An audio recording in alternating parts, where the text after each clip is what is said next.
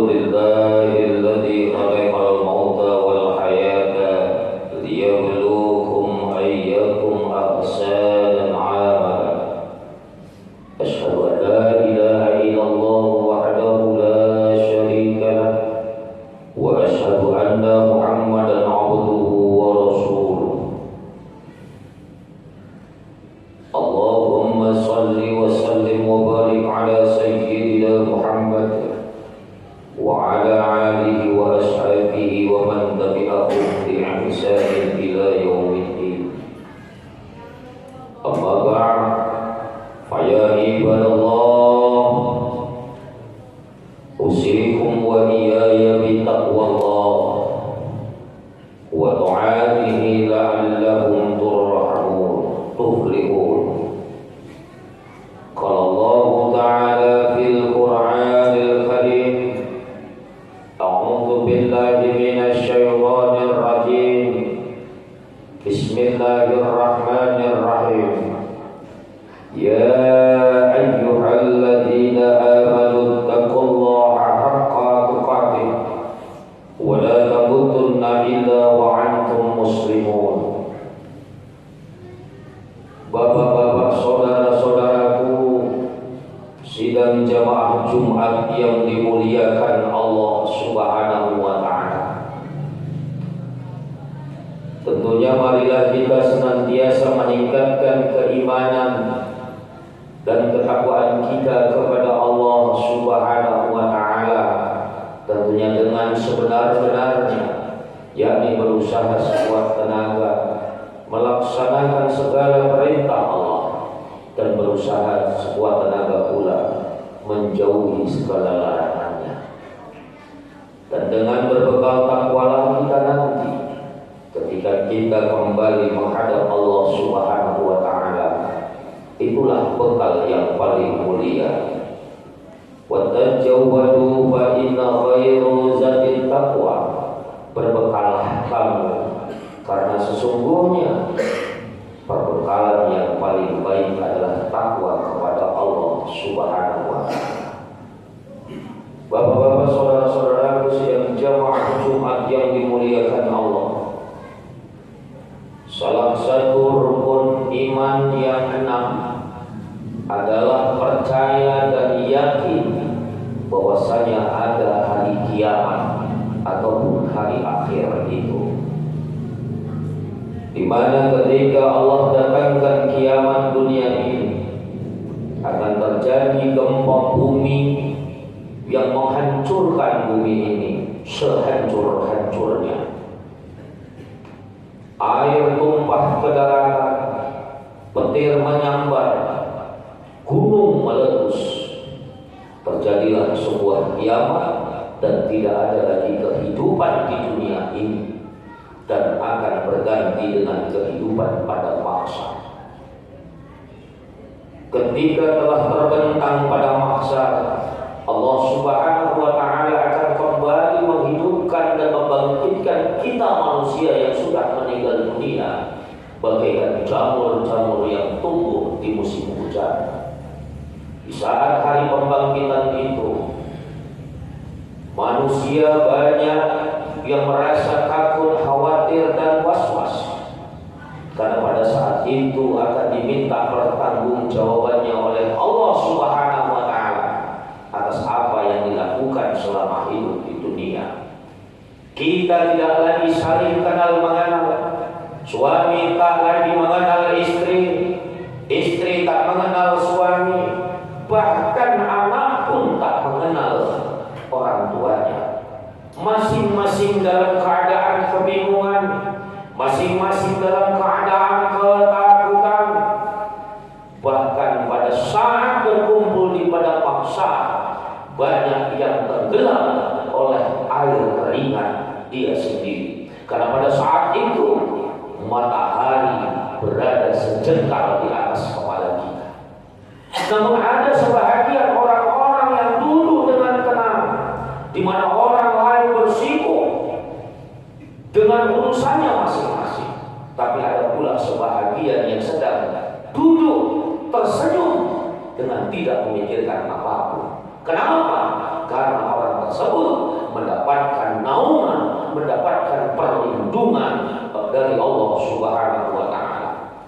Dalam sebuah hadis Rasulullah sallallahu alaihi wasallam yang diriwayatkan oleh Abu Hurairah, Rasulullah mengatakan, "Sab'atun yuzilluhumullah fi zillahi yawma la dhilla illa dhilluh." Ada 7 golongan yang nanti pada mahsyar akan mendapatkan naungan, di mana tidak ada naungan, tidak ada perlindungan kecuali naungan perlindungan dari Allah Subhanahu wa taala. Mudah-mudahan kita jamaah yang hadir pada malam hari ini termasuk di salah satu 7 golongan yang nanti pada mahsyar yang akan mendapat naungan perlindungan dari Allah Subhanahu wa taala. Siapakah itu? Yang pertama adalah al-imamul adil, pemimpin yang adil, pemimpin yang mampu memberikan kasih sayang kepada orang yang dipimpinnya, memberikan perlindungan kepada orang yang dipimpinnya, maka dia telah nanti akan mendapatkan naungan perlindungan dari Allah Subhanahu wa taala. Dewasa ini di negeri kita banyak penguasa, tapi begitu sedikit pemimpin. Banyak politisi, ahli-ahli politik, tapi sangat sedikit negarawan. Banyak karyawan-karyawan seni, tapi paling sedikit pula seniman. Lalu siapakah pemimpin itu? Pemimpin itu, kata Rasul, adalah tiap-tiap diri kita adalah pemimpin. Kullukum ra'in wa kullukum mas'ulun 'an ra'iyah. Tiap-tiap diri itu pemimpin dan nanti akan diminta pertanggung jawabannya. Dan lebih-lebih kepada saudara-saudaraku yang diberikan amanah sebagai pemimpin negeri, pemimpin kampung, pemimpin daerah. Marilah kita harus bisa menaungi, melindungi, menaungi orang-orang yang kita pimpin.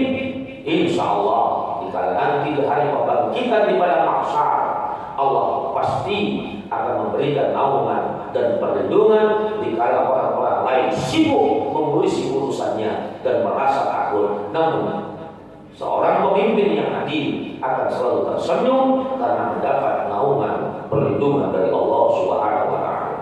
Lalu yang kedua, siapakah yang nanti akan mendapat naungan perlindungan kepada mahsyar dari Allah Subhanahu wa taala? Yang kedua adalah sabun nasa'a fi ibadatillah. Seorang pemuda yang taat beribadah kepada Allah. Kenapa kok enggak orang tua? Wajar kalau orang tua itu di masa usia tua menjelang akhir-akhir kehidupannya beribadah taat kepada Allah. Namun apabila ada seorang pemuda di masa pertumbuhan di mana darahnya masih panas, pengaruh begitu besar, terlebih di zaman teknologi canggih, pengaruh dari HP, pengaruh pergaulan bebas dan lain-lain sebagainya, tapi seorang pemuda itu masih mau beribadah kepada Allah, dan inilah nanti pemuda yang akan mendapat perlindungan, yang akan mendapat naungan dari Allah Subhanahu wa taala. Maka kepada anakku, para pemuda, para remaja di masa usia remaja, perbanyaklah engkau menuntut ilmu dan tingkatkan keimanan dan tingkatkan pula ibadah kepada Allah Subhanahu wa taala supaya dimudahkan cita-citamu, diangkat derajatmu oleh Allah. Bahkan nanti ketika di hari pembangkitan, mungkin dirimu salah satu yang akan mendapat naungan, yang akan mendapat perlindungan, di mana orang-orang sibuk mencari naungan perlindungan, sibuk dengan urusan dan takut akan pertanggungjawaban di hadapan Allah Subhanahu wa taala. Tapi kalau seorang pemuda yang taat beribadah kepada Allah, yakinlah pasti akan mendapat naungan dari Allah.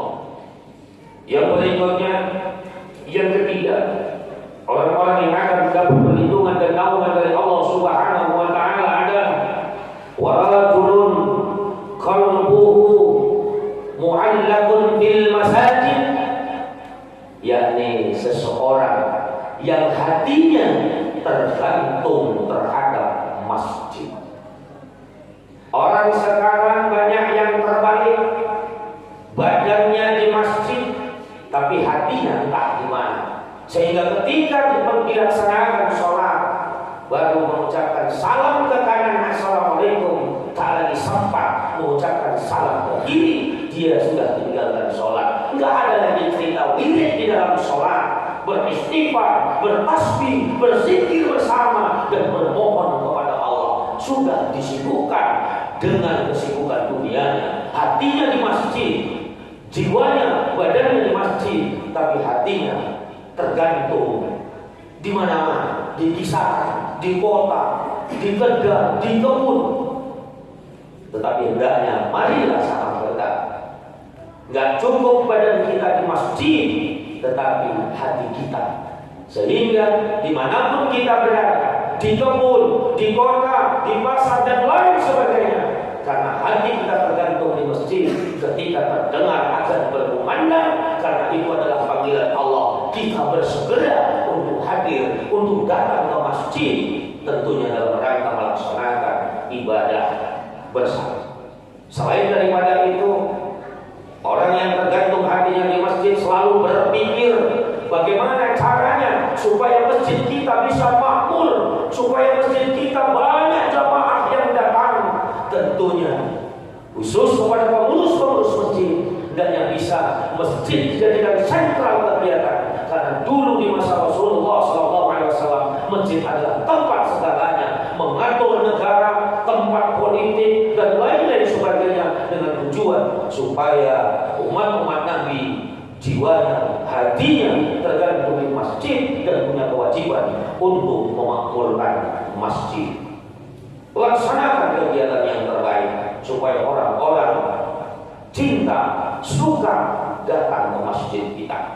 Baru yang berikutnya, yang keempat adalah warajulan tuhabba billah idza taba'a alaihi wa tafarraqan alaihi. Dua orang yang saling mencintai di jalan Allah, keduanya berkumpul karena Allah dan berpisah karena Allah. Kita sesama orang Islam bersaudara, bahkan kita bagaikan satu bangunan yang apabila satu sakit semuanya merasa sakit. Dan sebagai umat Nabi diperintahkan ruhama bainahum, selalu berkasih sayang. Untuk itu, marilah kita bersatu, rukun, guyup karena Allah Subhanahu wa Ta'ala. Dan kepada adik-adik, para pemuda, bertemu karena Allah, berpisah karena Allah. Bagaimanapun teman kita, kalau tidak beriman, lebih baik kita jauh. Karena orang-orang yang bertemu, berteman, bersahabat, bersatu karena Allah, bukan karena yang lain, dan sampai akhir hayat memisahkan juga karena Allah, nanti akan mendapatkan naungan, perlindungan dari Allah Subhanahu wa Ta'ala di saat di padang mahsyar. Yang berikutnya,